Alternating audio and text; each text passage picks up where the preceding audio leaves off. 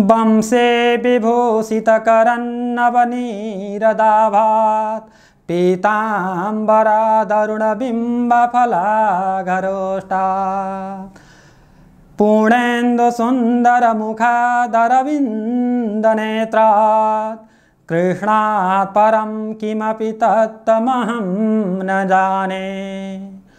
त्वमेव माता च पिता त्वमेव बन्धो च सखास्त्वमेव त्वमेव विद्या द्रविणं त्वमेव सर्वं मम देव। नमस्कार समादरणीय श्रद्धालु भक्त महानुभाव, आज यहाँहरूलाई हामी मलमासको बारेमा विवेचन गर्न गइरहेका छौं। मलमास यही मिति 2077 असोज 2 गते शुक्रबारदेखि असोज 30 गते शुक्रबारसम्म रहेको छ। यस वर्ष मलमास परेको छ। यहाँहरुमा थुप्रै जिज्ञासा छ। मलमास आउँदैछ, मलमासमा के गर्ने होला, शास्त्रीय यसको महिमा के छ, ज्योतिषीय मान्यताले मलमास के होला आदि इत्यादि यहाँहरूलाई निकै जिज्ञासा लागिरहेको विषय हो। यसै विषयमा आज हामी यहाँहरूका माझ चर्चा गर्न लागिरहेका छौं। मलमास महिनाहरूको मल हो शाब्दिक अर्थमा। अब यसको शास्त्रीय महिमा र ज्योतिषीय महिमा आफ्नै छ। पुराणहरूमा मलमासको बारेमा पनि निकै चर्चा गरिएको छ र यसलाई अत्यन्त महत्त्व दिँदै पुरुषोत्तम मास भनिन्छ। भने ज्योतिषीय क्षेत्रमा पनि मलमासलाई निकै महत्त्व दिएको छ। अब मलमास के हो त, यस विषयमा यहाँका माझ हामी चर्चा गर्न लागिरहेका छौं। समादरणीय श्रद्धालु भक्त महानुभाव, हामीले समयलाई, वर्षलाई विशेष गरी 2 तरिकाले गणना गर्ने गर्दछौं, 2 प्रक्रियाबाट गणना गर्ने गर्दछौं। एउटा सौर वर्षबाट र अर्को चान्द्र वर्षबाट। एउटा सौर मासबाट र अर्को चान्द्र मासबाट। सौर मास भन्नाले वैशाख जेठ आदि चैतसम्मका 12वटा महिनाहरू हुन्। चान्द्र मास भन्नाले चन्द्रमाको गणनाबाट, विशेष गरी चन्द्रमाको गति ज्योतिषीय मान्यता अनुसार निर्धारण गरेर अनि त्यस गतिका आधारमा पक्षहरू निर्धारण गरी शुक्ल पक्ष र कृष्ण पक्षका माध्यमबाट गणना गर्ने गरिन्छ। यसरी हेर्दा सौर वर्ष भनेको सूर्यले संक्रमण गर्ने वर्ष हो, समय हो। भने चान्द्र वर्ष भनेको चन्द्रमाले संक्रमण गर्ने समय हो। चन्द्रमाले आफ्नो कक्षमा घुम्नका लागि जति समय लगाउँछ त्यो समय भनेको चान्द्रमास हो, जुन पक्षका आधारमा निर्धारण गरिन्छ, जुन शुक्ल पक्ष प्रतिपदादेखि पूर्णिमासम्म र कृष्ण पक्षको प्रतिपदादेखि औँसीसम्मको समय हो। र यसरी 2वटा माध्यमबाट महिनाहरू निर्धारण भइरहँदा अब प्रत्येक सौर मासमा अर्थात् वैशाख जेठ आदि महिनाहरूमा सामान्यतया 30 दिनको एक महिना हुने गर्दछ। भने चान्द्र मासको समय भनेको लगभग 27 दिनको हुने गर्दछ। यसरी समयलाई निर्धारण गर्दा, वर्षलाई निर्धारण गर्दा समादरणीय श्रद्धालु भक्त महानुभाव, एक सौर वर्षमा 365 दिन 15 घडी 31 पला 30 विपला हुने गर्दछ।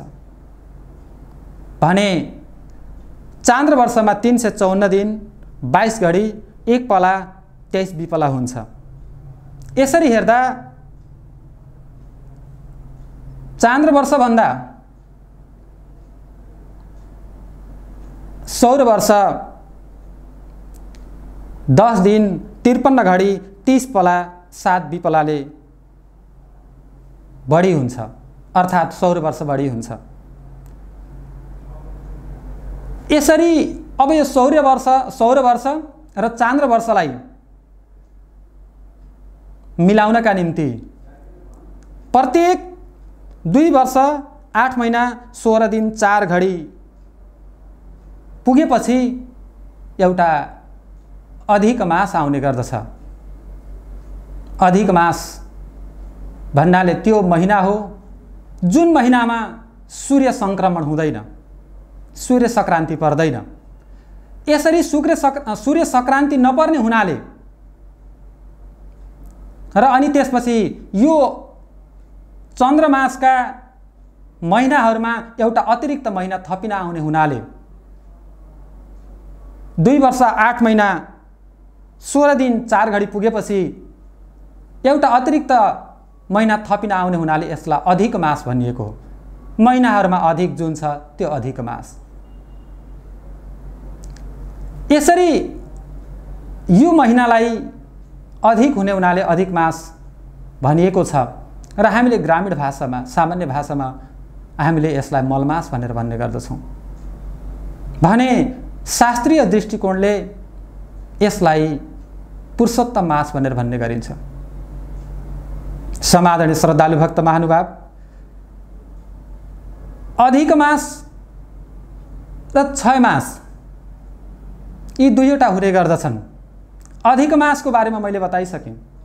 जुन महिनामा सूर्य संक्रमण हुँदैन त्यो मास भनेको अधिक मास हो। र यदि कुनै महिनामा 2 पटक सूर्य संक्रमण भए भने त्यसलाई क्षय मास भनेर भन्ने गरिन्छ। क्षय मास 141 वर्षमा एक पटक र त्यसपछिको 19 वर्षमा अर्को पटक आउने गर्दछ।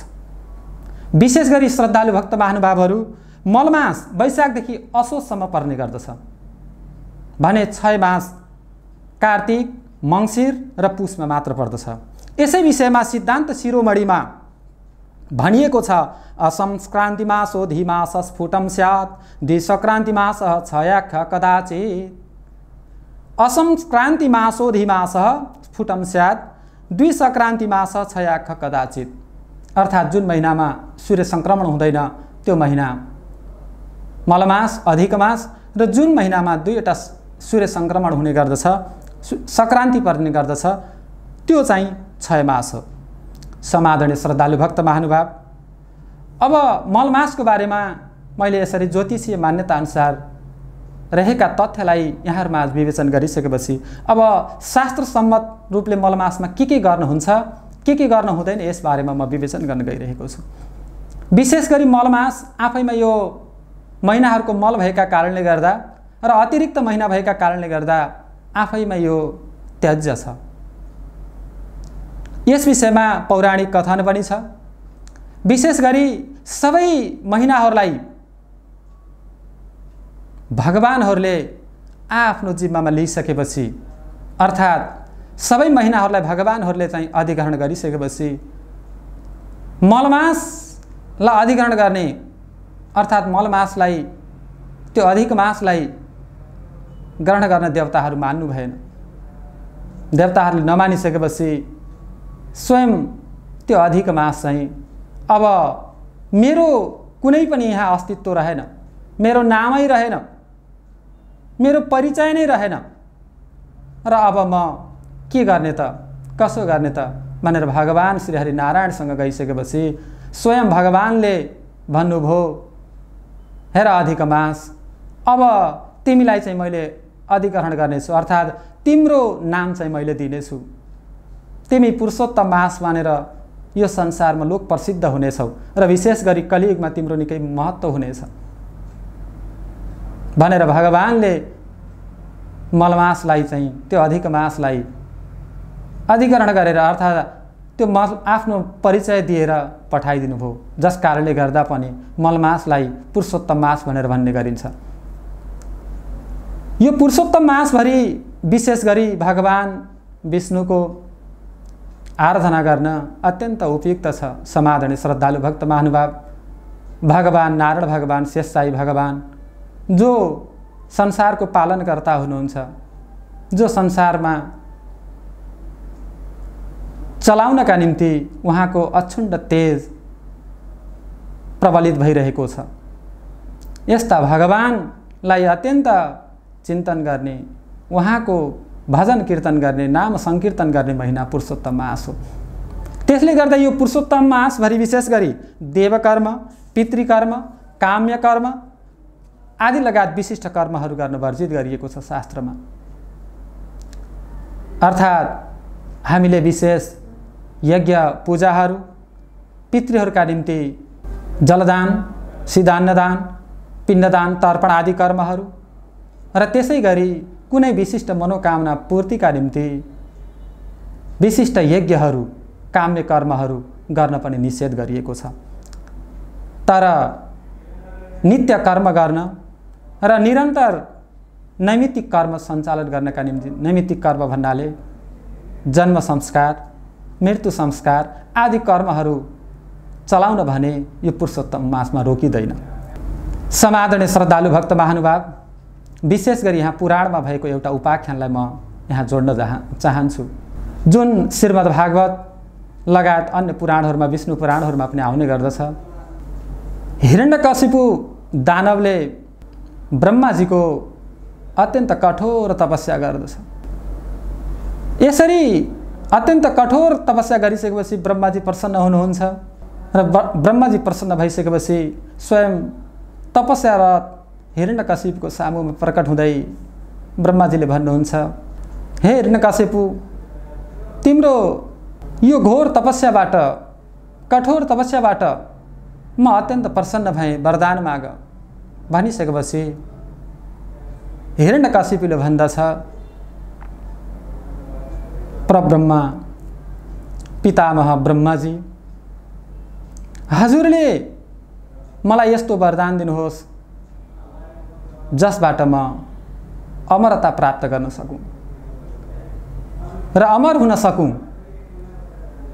जब हिरण्यकशिपुको यस्तो वरदानको माग गरेको चाहिँ पितामह ब्रह्माजीले सुन्नुभयो, तब ब्रह्माजी भन्नुहुन्छ, हेर त हिरण्यकशिपु, कस्तो अचम्म कुरा गरिरहेका छौ, किनकि यो संसारमा अमरता प्राप्त गर्ने कोही पनि छैन। यदि हुनुहुन्छ भने स्वयं परब्रह्म नरनारायण भगवान जगतका मालिक चाहिँ हुनुहुन्छ।